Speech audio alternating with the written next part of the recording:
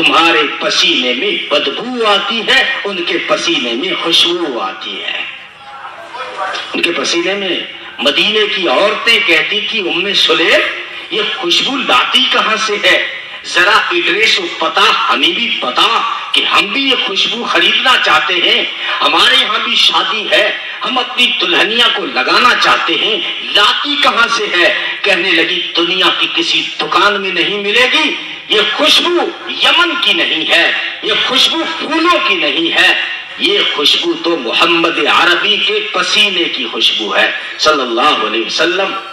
ایک مرتبہ میرے یہاں دوپہر میں قیلولہ فرما رہے تھے تو میں نے دیکھا کہ محمد عربی کی پیشانی پر پسینے کے قطرے یوں امڈ آئے جیسے آسمان کے دامن میں ستارے سجے ہوں یا تھالی میں موتی سجے ہوں۔ میں نے ایک شیشی اٹھائی، ان قطروں کو بند کر دیا۔ وہ دن تھا اور آج کا دن ہے، صرف ڈھکن کھول دیتی ہوں میرا گھر خوشبو سے معطر ہو جاتا ہے۔